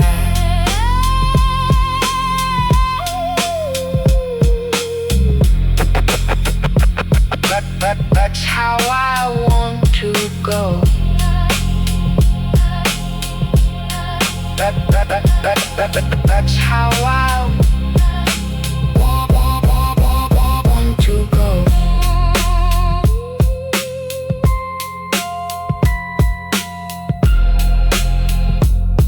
That's how I want to go.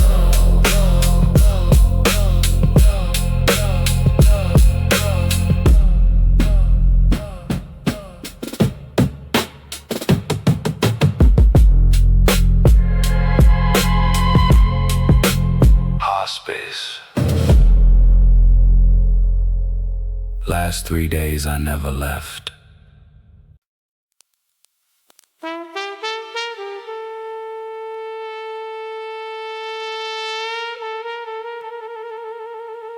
Took 15 years to get it up. Took a weekend to paint over it for a condo development.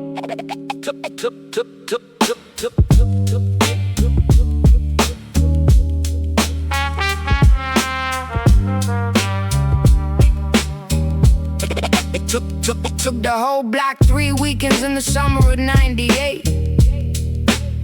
Permission from the building owner, which took longer, which had to wait. On a conversation nobody wanted to have officially, about what the neighborhood wanted on its walls specifically. Artists came from 4 blocks in every direction. Community meeting at the church, which had its own collection of opinions. But we got there, got the wall, got the mural done. 3 generations of the neighborhood under one sun. The mural they painted over was 30 feet of everyone. Whoever lived on that block under the same Brooklyn sun. 20 years on the corner of Fulton and Ames. Now it's a gray primer coat and a permit and a crane. Nobody called to say it was coming, no notification. Just scaffolding one morning and the quiet devastation of watching something communal become a surface for something private. Watching the neighborhood's purpose get prepped and primed and covered by the end of day 2. I took pictures of the mural every summer, which I knew even then was the instinct of someone who understood that beautiful things in poor neighborhoods never last as long as they should. One of the artists who painted it lives 2 blocks away still. I asked her how she felt about it, expecting the fill. of anger I had. She said I'm sad, but the mural did its work. 20 years on that corner, that's not nothing that don't shirk. It's responsibility to the neighborhood, it showed up. 20 years is a good run for anything, fill your cup. I'm working on seeing it like she does. I'm not there yet, but I've got the pictures, and the block has got the memory, and nobody's forgot.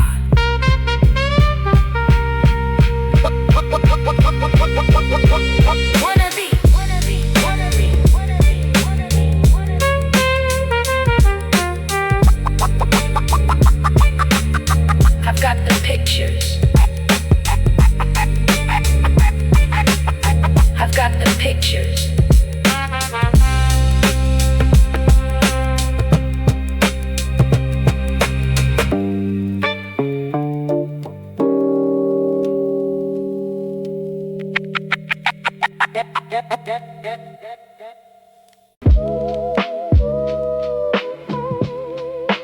Called into a conference room at 4 p.m. on a Friday. Never a good sign.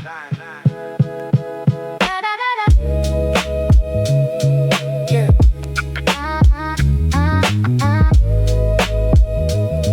Yeah.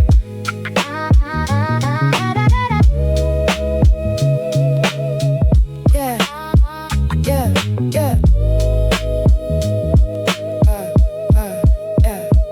Knew before he finished his first sentence what the meeting was. That particular voice managers use apologetic fuzz around every word, like they cotton softens what the needle does. We went in a different direction, those words, because they mean everything and nothing mean. You worked 3 years towards something that got handed to somebody else, and here's what you do with that. You nod, you shake the hand, you say I appreciate the consideration, and you walk away. The promotion I didn't get taught me more than the ones I did.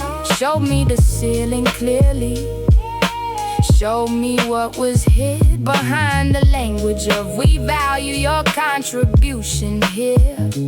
Turned out value and investment ain't always the same gear. Guy who got it lasted 14 months, which ain't satisfaction, just information. Taught me to stop measuring my traction against other people's timelines, other people's rooms. I've been in the wrong building, I just couldn't see it through the fumes of wanting it to work, of trying to make the fit that wasn't ever there, that wasn't ever built for it. Left 8 months later, best decision I ever made under duress. Sometimes the no is the only thing that leads you to your yes. I sent that manager a note 2 years after I left. Said thank you for the no. Said thank you for the no. Not sarcastic, just bereft. A bitterness by then, just genuinely grateful. The door that closed pushed me through one more meaningful.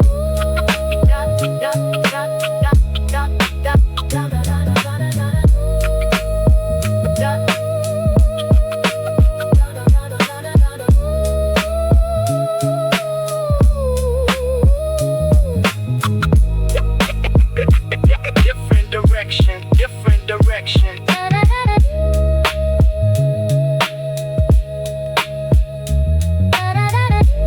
out that was mine. Turned out that was mine.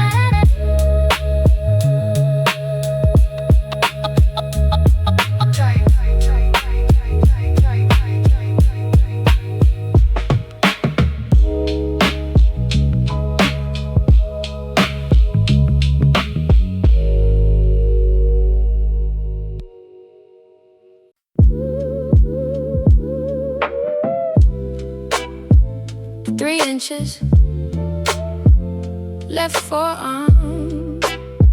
different story, depending on who's asking. The real story is embarrassing, which is why I have another one. Fell off a fence I was climbing for no reason under the sun, except that it was there, except that time he dared me, except that 7-year-old logic fully prepared me to believe that falling wasn't a possible outcome. Got 12 stitches, cried the whole way, told my mom some version that made it sound like I was helping someone. By the time I was 12, the story had a different one. The scar I got at 7 has been a bike crash, a street fight, a moment of heroism, depending on the night and the audience, and how much I wanted to seem like somebody more interesting than a kid in a fence and a dream. Told my son the real one last year, finally, just because he's got a scar on his chin now. Wanted to know what was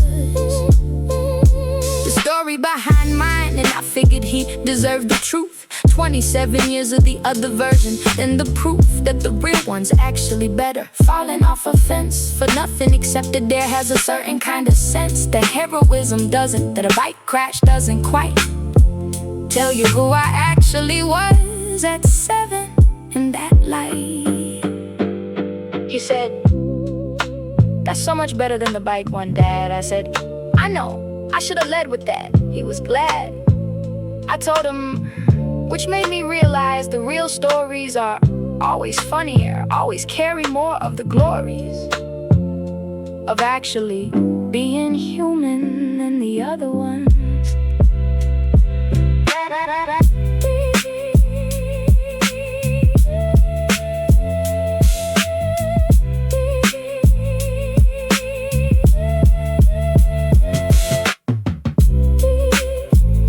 3 inches, left forearm.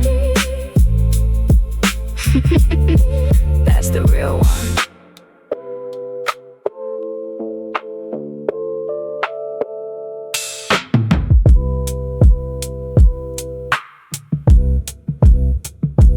Inches from the tip. Before he came to America, didn't recognize the man.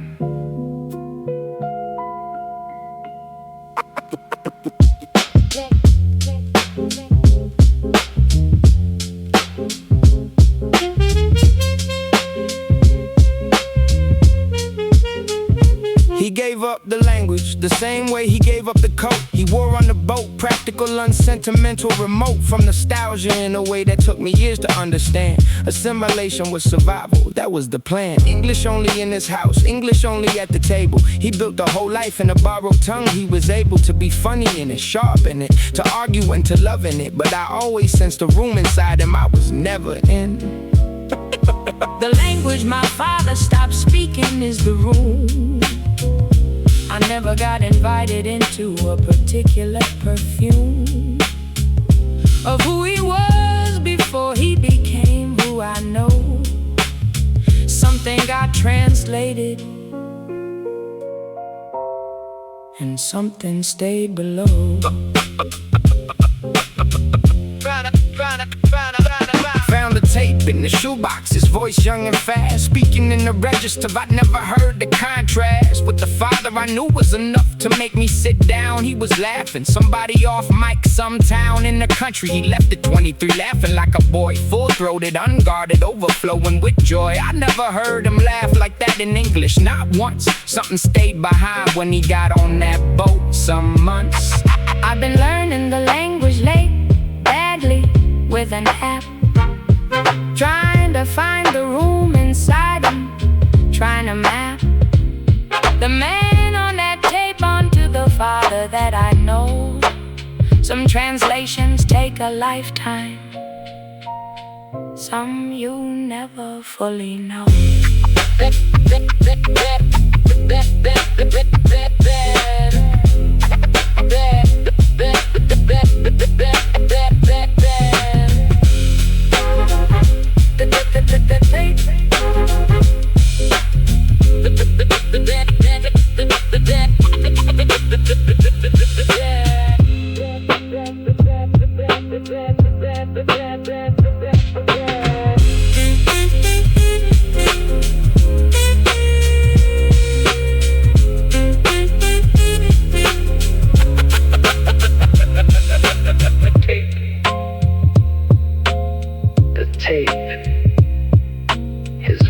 On the tape.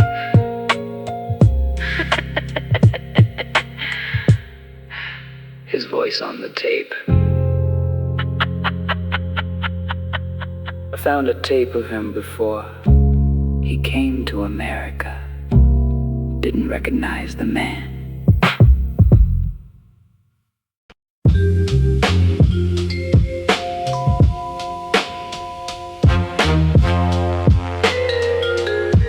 Signed up for adult lessons and didn't tell a single person I knew.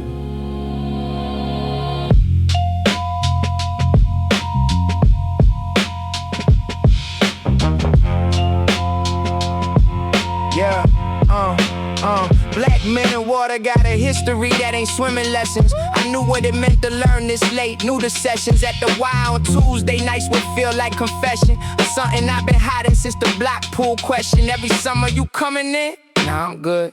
20 years and now I'm good when what I meant was I should know how to do this and I don't, and I'm ashamed. So I signed up at 30, gave the instructor a fake name. This summer I learned to swim at 30 Tuesday nights. Fake name on a roster, real fear in the water, real lights bouncing off the ceiling, real humility in the shallow end.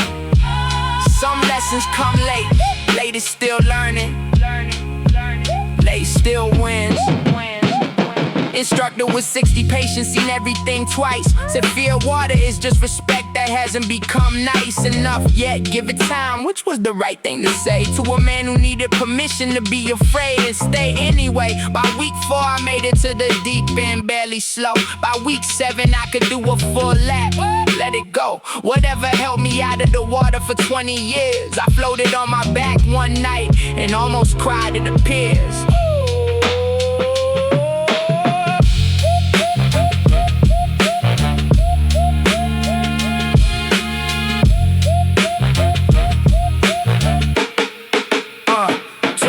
To the pool to follow when some I jumped in. First time they'd ever see me in the water. First time grinning in the pool instead of watching from the chair with the reason. My daughter said, "Daddy's swimming," like it was a whole new season. Fake name on a roster, real fear in the water. Floated on my back, finally floated.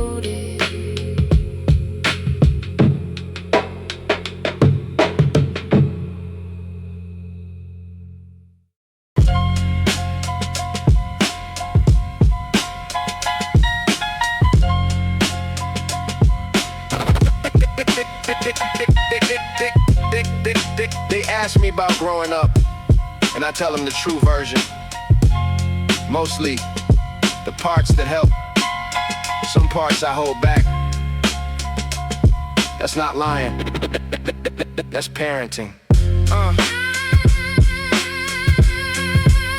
I tell them about the block, about the summers, about the games, about the friends, about the music, about the way the same streets felt like the whole world when the whole world was enough.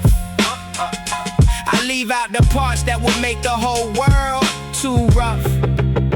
Too soon, they'll find their own hard things, they don't need mine. To be the first ones, don't need my particular kind of lesson before they built the armor to receive it. There's a version of the truth for every age, believe it. The version of the story I tell my kids is true, just curated, just sequence for what they can use. At 9 and 12, not 40, I'm not lying, I'm timing. Some stories land different when you're ready for the finding. My son asked me once if I ever did anything bad. I told him yes, which surprised him, he thought I was glad. I'd always been who I am, thought the before version was this one. I told him people are built, not born. Told him I'm your father's son, and your grandfather wasn't easy, and I had to figure out which parts to keep and which to leave. That's what growing up's about. He went quiet the way he does when he's actually filing something. I could see him storing it, turning it, becoming. One day they'll be old enough for the full version, unedited. They'll get the hard stuff, the mistakes, the things I've said and did that I'm not proud of. They deserve the whole man eventually.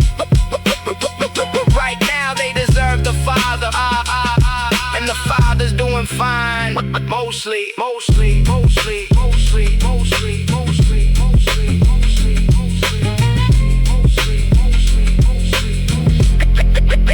They'll get the rest when they're ready. I'm still figuring out the order.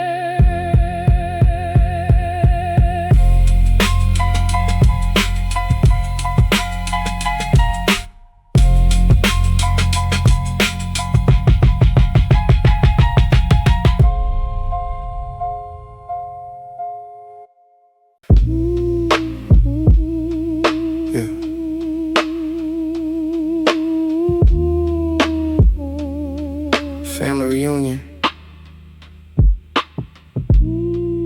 1987.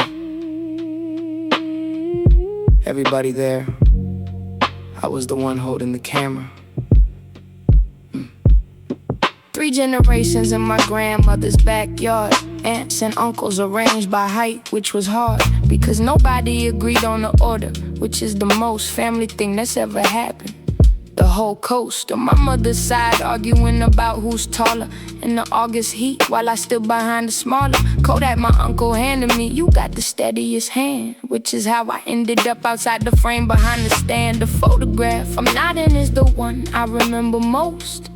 Every face I love arranged against the post of my grandmother's porch, 3 generations deep, and me behind the camera, which I've had to make my peace with, which took longer than it should have, honestly. Found it in the box last winter, clearing out the house. My grandmother gone 2 years, the whole thing quiet as a mouse.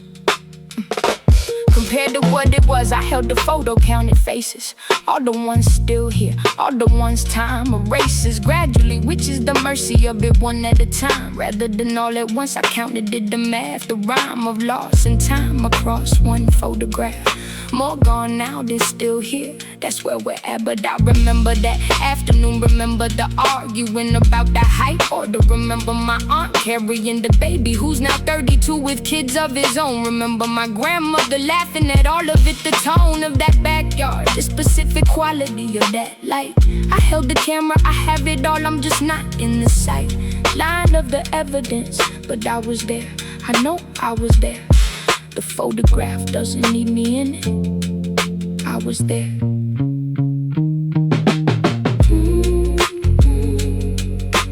I've thought about it differently lately, the being behind the lens. Maybe that's his own place, his own kind of presence, the one who holds the moment still. For everyone else, the one outside the frame who will carry the image forward, who remembers the arguing about the height, who remembers everything that the photograph can't hold, the heat, the sound, the way my grandmother laughed. I carried that I was around.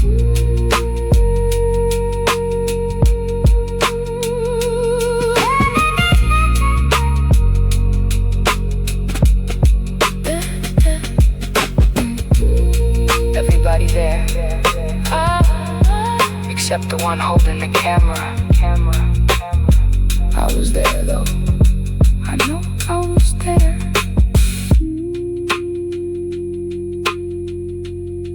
I carry what the photo can. There's something that's enough.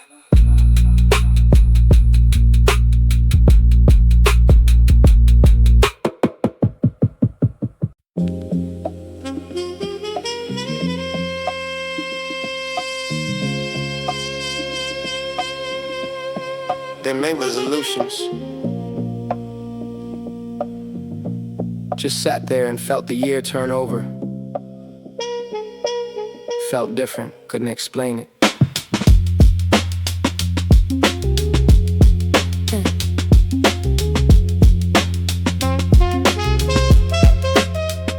The year had taken 3 things I didn't know I could lose and still be standing, still be able to choose to get up in the morning and put on something close to myself.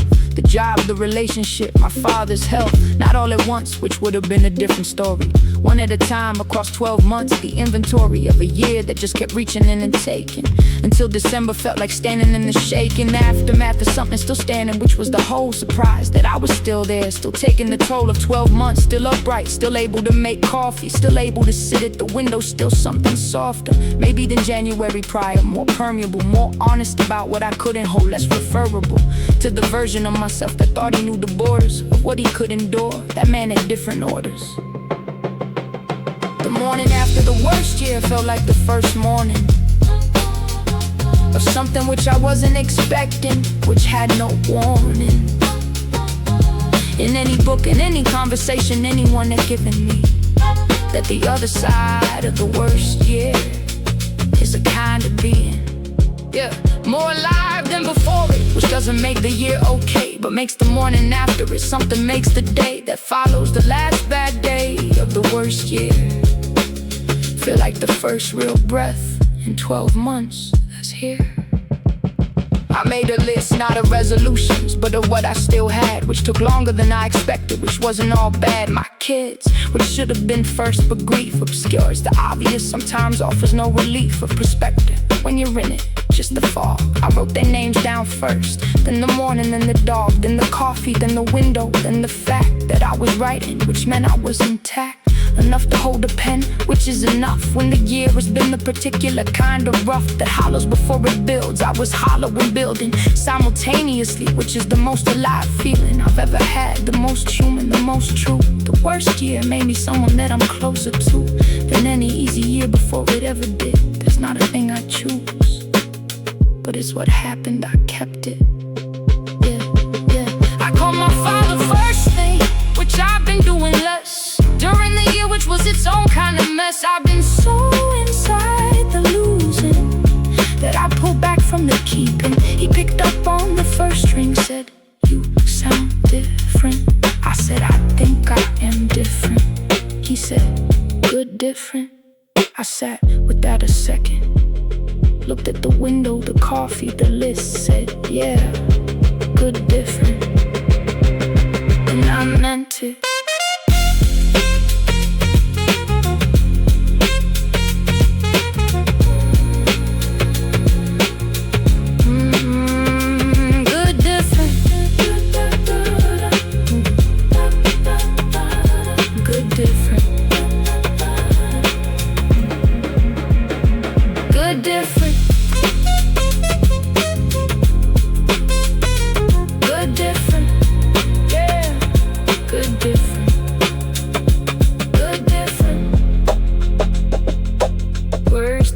Built the most of me.